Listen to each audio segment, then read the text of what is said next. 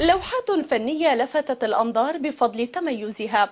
ألوان وأنامل ذكية أضاءت تفاصيل في الطبيعة والأماكن والأشخاص، ورصدتها باحترافية لتضمها في مرسم خاص يجسد التراث الفلسطيني والقضية الفلسطينية. كاميرا البرنامج التقت الفنان فتحي غبن وأعدت لنا هذا التقرير.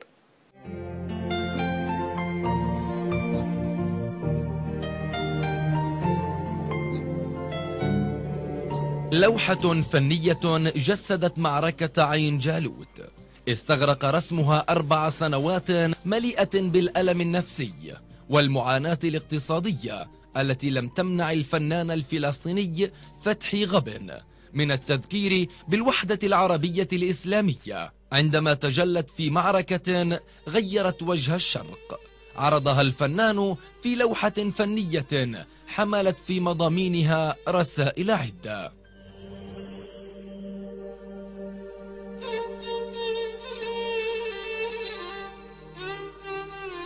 تتعرض الأمم إلى مواقف يتزلزل فيها كيانها وتبدو وكأنها شيئا ممزقا، وهنا تتجلى كوامن القدر وتبرز مخبئات العبقريات، فيقيد الله للأمم من لم تكن تحسبهم شيء فإذا هم كل شيء.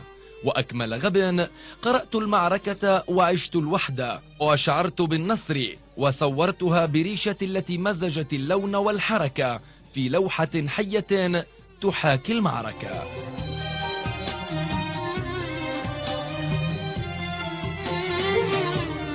رسائل الفنان من خلال لوحته التشكيلية تجوب معه دول العالم رغم حجمها الذي تجاوز 2 متر طولا و170 سنتيمتر عرضا، في ظل عروض من متاحف عالمية لتكون اللوحة إحدى مقتنياتها. وأمل الفنان أن تكون فلسطين ميلاد اللوحة ومهدها.